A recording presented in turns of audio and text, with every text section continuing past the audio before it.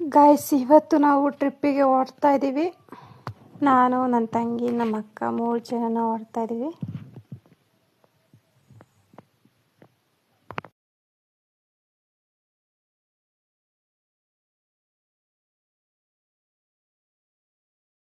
ಹೋಗೋಕೆ ಮುಂಚೆ ದೇವ್ರಿಗೆ ಒಂದು ನಮಸ್ಕಾರ ಹಾಕೋಣ ಅಂತ ಹೋದ್ವಿ. ಹಾಗೆ ಗಾಡಿಗೂ ಪೂಜೆ ಮಾಡೋಣ ಅಂದ್ಬಿಟ್ಟು ಪೂಜೆ ಮಾಡಿದ್ವಿ.